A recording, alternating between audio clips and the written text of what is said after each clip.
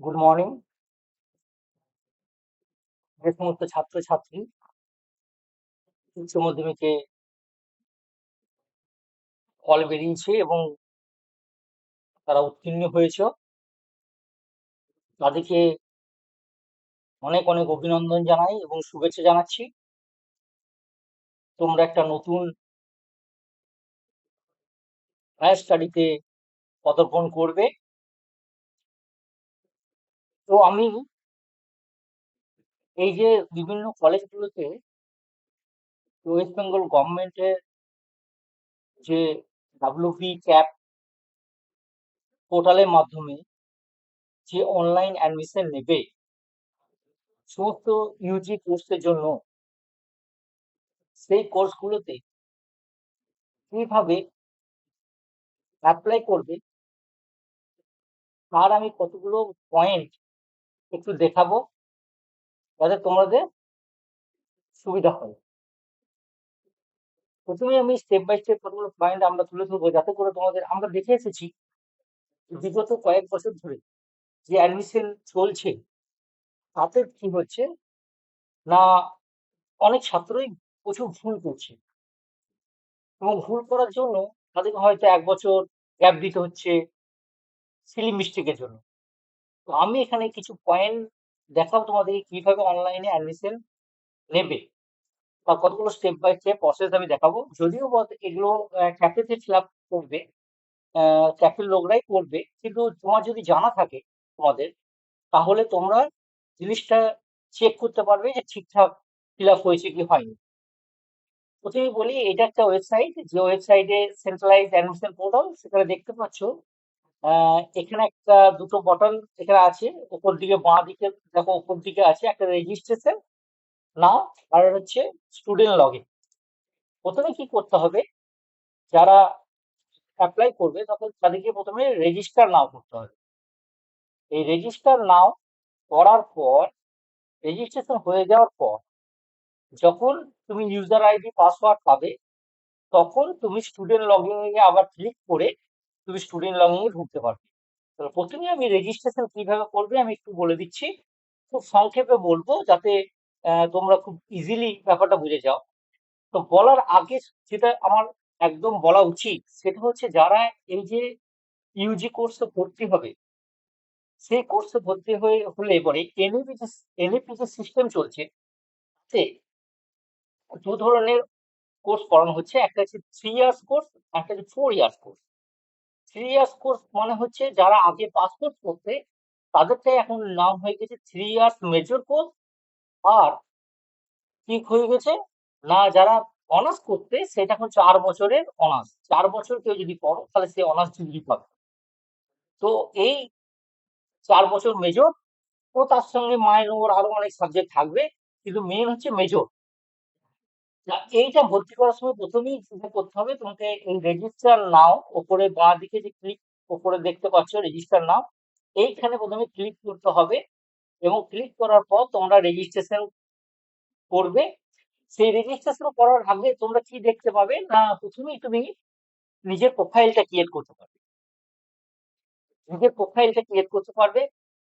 তারপরে তোমার যেটা করতে হবে সেটা হচ্ছে যে তুমি কোন কোন সাবজেক্টে যোগ্য কিনা সেটা তোমাকে চেক করতে হবে, এবং তারপর সেটাকে প্রেফারেন্স লিস্টে সাজাতে হবে, কোনটা আগে কোনটা পরে নেবো। এগুলো আমি বলছি তোমাদেরকে কিভাবে করবে। তাহলে প্রথমেই তুমি দেখতে পাচ্ছ যে এইরকম একটা জায়গা আছে, যেখানে তুমি লগ ইন করার আগেই এটাকে সার্চ করতে পারবে। কি সার্চ করতে পারবে না, তুমি কোন কলেজে ভর্তি হচ্ছ, সেই কলেজে ভর্তি হতে চাইছো, সেই কলেজে কি কি সাবজেক্ট আছে, কোন সাবজেক্টে কত সিট আছে, সেই সাবজেক্টের মানে অ্যাডমিশন ফি কত, সেই সমস্ত জিনিস তোমরা দেখতে পারবে। তাহলে তুমি যদি মনে করো তাহলে ডিস্ট্রিক্টের মাধ্যমে সার্চ করতে পারবে, তুমি যদি মনে করো যে প্রোগ্রামের মাধ্যমে সার্চ করতে পারবে, তুমি যদি মনে করো যে সাবজেক্ট ওয়াইজ সার্চ করবো তাহলে এখানে ক্লিক করবে, তুমি যদি মনে করো যে কলেজ ওয়াইজ সার্চ করবো, মানে আমি যে কলেজে ভর্তি হতে চাইছি তাহলে সেই কলেজটাই আমি সার্চ করবো, তাহলে প্রথমে এখানে সেই কলেজে বাই কলেজ এখানে দিয়ে সার্চ করতে পারবে। আর যদি তুমি ভাবো না আমি আমি অন্য ইউনিভার্সিটিতে পড়বো, হ্যাঁ, বিভিন্ন ইউনিভার্সিটি ওয়াইজ সার্চ করবো, তো ইউনিভার্সিটি ওয়াইজ সার্চ করতে পারবে। এইভাবে যদি তুমি ডিস্ট্রিক্ট ওয়াইজ সার্চ করো, তাহলে তুমি বীরভূম ডিস্ট্রিক্ট যদি সার্চ করো তাহলে বীরভূম ডিস্ট্রিক্ট দেবে।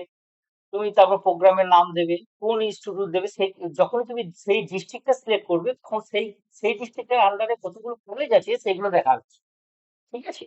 আর প্রোগ্রাম হিসেবে যদি সার্চ করো তাহলে প্রোগ্রাম বলতে ধরো তুমি সংস্কৃতি নিয়ে পড়তে চাও, তাহলে কোন কোন কলেজে সংস্কৃত আছে সেইটা তোমার দেখাবে।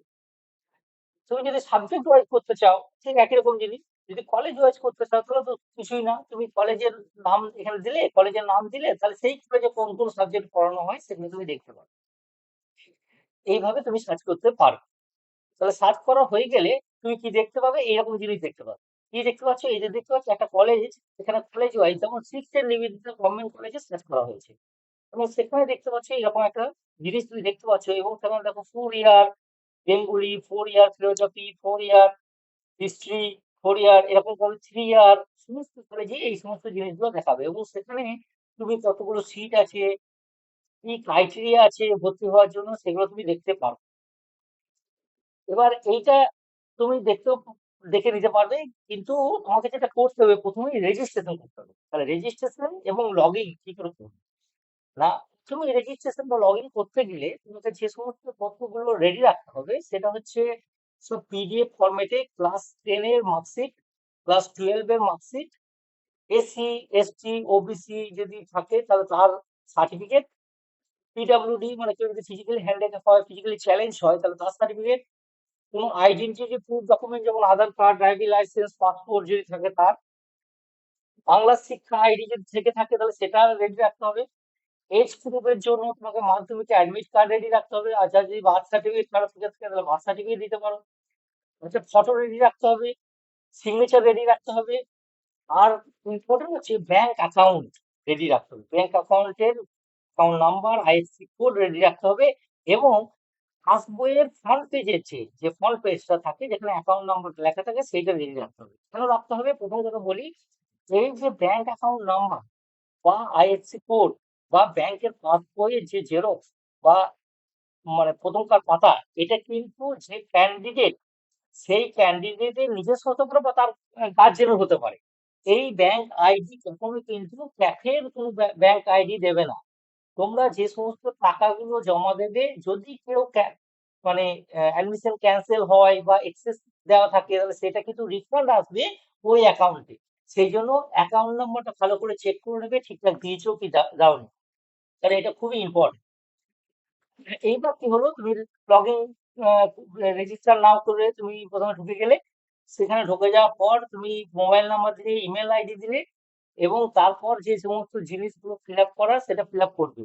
আমি সতর্ক সঙ্গে বলছি যে তোমরা খেয়াল রাখবে মোবাইল নাম্বারটা যেটা দেবে এবং ইমেল আইডিটা কিন্তু খুবই কেয়ারফুলি দেবে, যাতে করে ওই ওটিপি যাবে, সেই ওটিপিটা তোমাকে দিতে হবে। সেই জন্য মোবাইল নাম্বারটা ঠিকঠাক দেবে, নিজের মোবাইল নাম্বার দেবে, কোনো ক্যাফের কোনো মোবাইল নাম্বার দেবে না, নিজের মোবাইল নাম্বার বা গার্জেনের মোবাইল নাম্বার দেবে, যাতে তুমি ওটিপিটা যখন খুলবে তুমি ওটিপি যদি লাগে তাহলে সেটা দিতে পারো।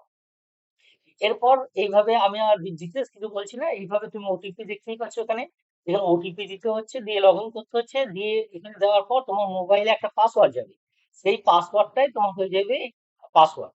সেই পাসওয়ার্ডটা দিলে পরে তুমি লগ ইন করতে পারবে। তাহলে তুমি যখন ফিল আপ করলে তখন সেটাকে এবার প্রোফাইল ক্রিয়েট কিভাবে করবে, এবার কি হচ্ছে তুমি ভালো করে লক্ষ্য করো, দেখো এখানে স্টুডেন্ট ডেস্ক বোর্ড মানে এখানে দেখতে পাচ্ছ এই অংশটা তোমার লেখা আছে 0% কমপ্লিট। তুমি আগে যে তথ্যগুলো দিয়েছো সেই তথ্যগুলো দিয়েছো কিসের জন্য, না তোমার রেজিস্ট্রেশন করার জন্য।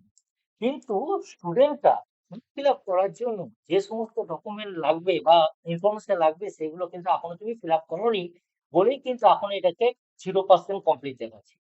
এটাকে বিভিন্ন জিনিস ফিল আপ করতে করতে তোমার যদি কমপ্লিট হয় তাহলে এটা 100% কমপ্লিট দেখাবে। যখন 100% কমপ্লিট দেখাবে তখন তোমার ফর্ম ফিল আপটা কমপ্লিট হয়েছে। ঠিক আছে। এবার কি করবে, এই জিনিসগুলো লাগবে কি কি, পার্সোনাল ইনফরমেশন। পার্সোনাল ইনফরমেশন তোমার নাম, তোমার বাবার নাম, মায়ের নাম, আধার নাম্বার, হ্যাঁ, তারপরে বিভিন্ন যে আইডি নাম্বার গুলো থাকবে, হ্যাঁ, তারপরে তোমার ঠিকানা লাগবে, অ্যাডিশনাল ইনফরমেশন লাগবে, প্যারেন্টস নেম ডিটেলস, গার্জেনের নেম, ব্যাংক অ্যাকাউন্ট নাম্বার, এই সমস্ত ডিটেলস লাগবে। তারপরে যেটা লাগবে হচ্ছে রেজাল্ট তোমাকে দিতে হবে, ক্লাসের 10 এর রেজাল্ট এবং ক্লাস 11 12 এর রেজাল্ট, এখানে পুট করতে হবে। তারপরে ওই হিসাবে যে সমস্ত ডকুমেন্ট গুলো বললাম, যে মার্কশিট, অ্যাডমিট কার্ড, এইগুলো আপলোড করতে হবে। তারপরে তোমাকে আপলোড করার পর তুমি প্রিভিউ, অর্থাৎ যেগুলো আপলোড করেছো সেটা তুমি দেখতে পাবে যে তুমি এই জিনিসগুলো আপলোড করেছো। এবার দেখতে গিয়ে তুমি যদি দেখো যে না, এগুলো আপলোড করাটা ঠিক আছে, তাহলে কোনো ব্যাপার নয়। তাহলে যদি ঠিক না থাকে, তাহলে তোমাকে একবার একবার তোমাকে এডিট অপশন দেবে, সেই এডিটে গিয়ে তুমি এডিট করে নিতে পারো।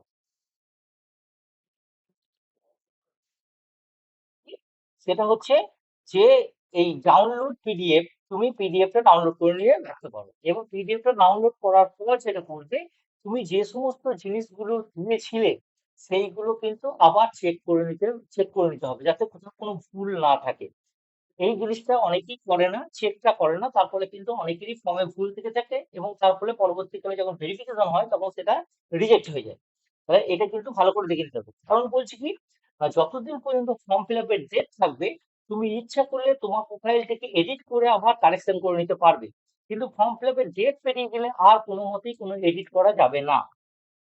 এবার দেখো, এইভাবে পার্সোনাল ইনফরমেশন ফিল আপ করা হয়েছে, তারপরে তোমার ডকুমেন্ট অ্যাড্রেস ফিল আপ করা হয়েছে, তারপরে অ্যাডিশনাল ইনফরমেশন যেগুলো দরকার, বাবার নাম, ফাদার নেম, গার্জিয়ান নেম, এইগুলো, তাদের ফোন নাম্বার, মায়ের ফোন নাম্বার, হ্যাঁ, এই সমস্ত জিনিসগুলো এসে অ্যাডিশনাল ইনফরমেশন, সেগুলো ঢুকানো হয়েছে। তারপর দেখো, এই দেখো রেজাল্ট, এবার এখানে রেজাল্ট ঢোকানো হচ্ছে। এটা মাধ্যমিকের রেজাল্ট প্রথমে ঢোকাতে হবে, তারপর উচ্চ মাধ্যমিকের রেজাল্ট ঢোকাতে হবে, এবং সেখানে কিন্তু ফার্স্ট ল্যাঙ্গুয়েজ, সেকেন্ড ল্যাঙ্গুয়েজ যেটা লেখা সেটা কিন্তু উল্লেখ করতে হবে, নাহলে কিন্তু ফর্ম ফিল আপটা নেবে না, এগোবে না। তাহলে এইগুলোকে প্রথমে তোমার ঢোকানোর পর রোল নাম্বার দিতে হবে, রেজিস্ট্রেশন নাম্বার দিতে হবে, তুমি কোন স্ট্রিমে পড়তে চাইছো, স্ট্রিমে পড়েছিলে, তা সায়েন্স না আর্টস না কমার্স, সেটা এখানে লিখতে হবে। এইগুলো দেওয়ার পর পুরোটাই ফিল আপ করতে হবে। কোন মিডিয়ামে পড়াশোনা করেছো, বাংলা মিডিয়াম, ইংলিশ মিডিয়াম, সেটা উল্লেখ করতে হবে। এইগুলো ফিল আপ করার পর রেজাল্টটা ফিল আপ করতে হবে। তারপরে দেখো, এই জায়গাতে বিভিন্ন ডকুমেন্ট গুলো, যেমন আধার কার্ড, হ্যাঁ, শিডিউল কাস্ট সার্টিফিকেট বা caste certificate, course certificate, class 10 এর মাধ্যমিক, ক্লাস 10 এর মার্কশিট, ক্লাস 12 এর মার্কশিট, তারপরে এজ প্রুফ ডকুমেন্ট মানে অ্যাডমিট কার্ড, বা তোমার হচ্ছে বার্থ সার্টিফিকেট, এইগুলো আপলোড করতে হবে। আপলোড করার পর তুমি দেখতে পাচ্ছ, এই যে যখন আপলোড করতে থাকছো, তখন দেখো এই অংশটা তোমার 0% ছিল, সেটা কিন্তু এখন 90% হয়ে গেছে। তার মানে আরো 10% হয়ে গেলে কিন্তু এটা ফর্ম ফিল আপটা কমপ্লিট হবে। এরপর যেটা করতে হবে, এই জিনিসটা হওয়ার পর এগুলো তুমি, এবার তুমি প্রিভিউতে বাটনে গিয়ে ক্লিক করে যখন প্রিভিউ দেখতে পাবে, তখন তুমি নিজের জিনিসগুলো দেখে নেবে, তোমার সিগনেচার, তোমার নাম ঠিক জায়গায় হয়ে গেছে কিনা, ব্যাংক অ্যাকাউন্ট নাম্বার ঠিক আছে কিনা, আইএফএসসি কোড ঠিক আছে কিনা, দেখার পর সমস্ত কিছু যখন হলো, তারপর তুমি এখানে কনফার্ম বলে একটা জায়গা আছে, সেখানে কনফার্ম করে ক্লিক করতে হবে। এখানে ক্লিক করলে তুমি 100% প্রোফাইল কমপ্লিট হয়ে গেছে, দেখতে পাচ্ছ এখানে 100% প্রোফাইল কমপ্লিট হয়ে গেছে।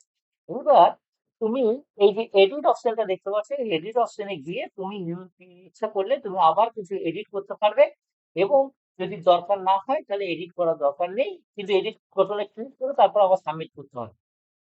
এবার 100% যখন কমপ্লিট হয়ে গেল, তো তুমি কি দেখতে পাবে, ওখানে তুমি আহ, তুমি কিন্তু এখনো সাবজেক্ট চয়েস করোনি, শুধুমাত্র জাস্ট প্রোফাইলটা আপলোড করেছো। এরপর তুমি যেটা পাবে, তুমি এখানে এই অপশনটা তুমি দেখতে পাবে যখন, যে তুমি কোন কোন সাবজেক্টে এলিজিবল।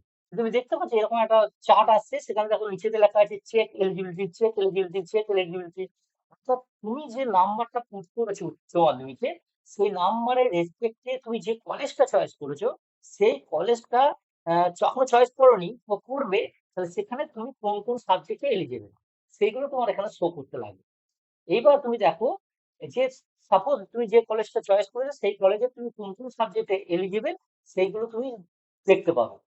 তুমি দেখতে পাচ্ছ এখানে যেগুলোতে তুমি এলিজিবল, সেগুলোতে তোমার এই জায়গাটা দেখাবে অ্যাড টু প্রেফারেন্স লিস্ট। তার মানে দেখো, এইখানে একটা দেখাচ্ছে অ্যাড টু প্রেফারেন্স লিস্ট, এখানে একটা দেখাচ্ছে অ্যাড টু প্রেফারেন্স লিস্ট, তারপরে দেখাচ্ছে চেক এভেবিলিটি, তার মানে এলিজিবিলিটি। তার মানে তুমি যেগুলোতে অ্যাড টু প্রেফারেন্স দেখাচ্ছে, সেখানে তুমি অবশ্যই সেইটাকে অ্যাড করতে পারবে।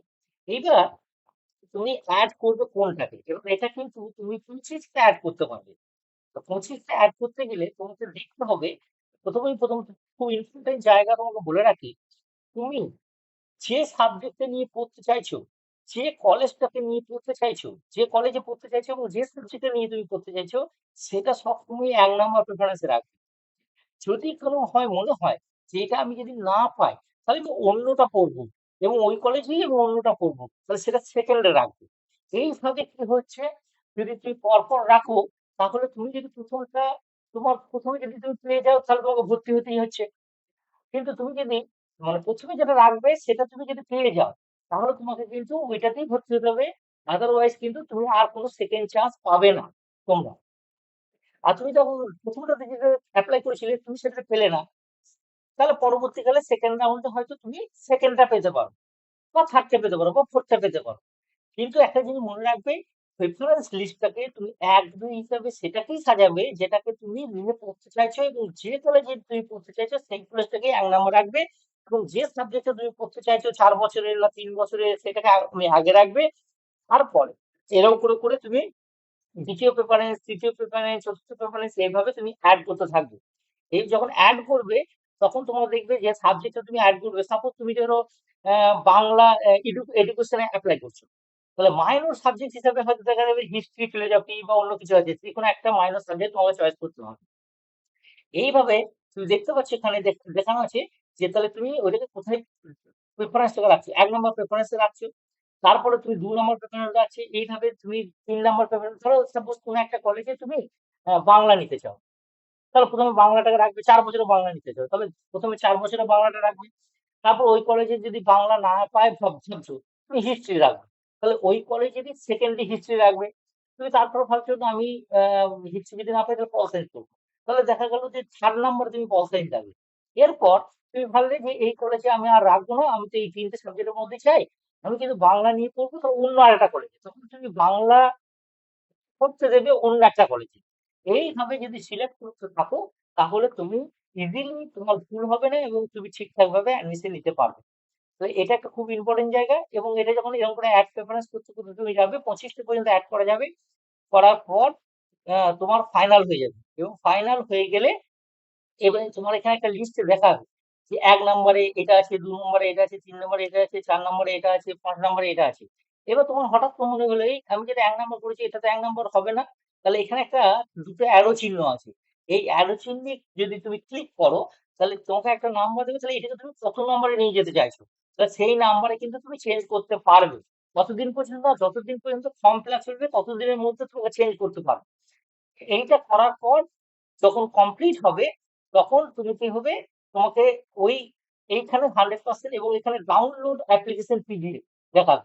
এই ডাউনলোড অ্যাপ্লিকেশন পিডিএফটাকে ডাউনলোড করে নেবে, এবং তুমি যে সাবজেক্ট তুমি পেপার দিয়েছো সেই পেপারেসটা কিন্তু পরপর পরপর আছে কিনা দেখে নেবে। ঠিক আছে? যদি না হয় তাহলে তুমি আবার গিয়ে লগ ইন করে সেটাকে 1, 2, 3টাকে সিরিয়ালি সাজিয়ে নেবে যেটা তুমি যেভাবে চাইছো। ঠিক আছে?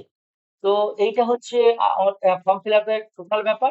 এরপর যেটা হচ্ছে যে তোমার তারপর তো যখন তোমার আহ, মানে অ্যাডমিশন, যে তোমার যদি অ্যালোটেড হয়ে যায়, তুমি দেখতে পাচ্ছ, যদি তুমি যেদিন মেরিট লিস্ট পাবলিশ হবে সেই দিন তুমি লগ ইন করে দেখবে, তুমি এখানে দেখাবে যে তুমি কিসে কিসে কিসে কিসে পেয়েছো, এবং সেই পাওয়াটাতে তুমি যদি ভর্তি হও তাহলে তোমার এবার যেটাতে পেয়েছো সেটাতে লেখাবে অ্যাডমিশন কনফার্ম করবে কি করবে না। তাহলে অ্যাডমিশন যদি কনফার্ম করো তাহলে সেই অংশে দেখাবে তুমি অ্যাডমিটেড। এইখানে একটা খুব গুরুত্বপূর্ণ কথা বলে রাখা দরকার, তুমি যখন অ্যাডমিটেড হবে তখন অ্যাডমিশনের জায়গায় একটা অপশন থাকবে যে আপগ্রেডেশন রাউন্ডে তুমি যেতে চাও কিনা, সেটা কিন্তু ইয়েস করে রাখবে, আপগ্রেডেশন রাউন্ডে ইয়েস করে রাখবে। কারণ কি, তুমি যে 1 নম্বরের প্রেফারেন্সে যেটা দিয়েছো সেটা তুমি হয়তো পেয়ে গেছো, কিন্তু তুমি 2 নম্বর প্রেফারেন্সে যেটা দিয়েছো সেটাকে, সেটাই তোমার অ্যাকচুয়ালি পড়ার কথা, বা সেটা তুমি সেটা নিয়ে পড়তে চাও। তাহলে তুমি দেখা গেলো বাংলাতে অ্যাপ্লাই করেছিলে 1 নম্বরে, কিন্তু তুমি ইংলিশে যেতে চাও, কিন্তু ইংলিশে তুমি পাওনি, বাংলাতেই পেয়েছো।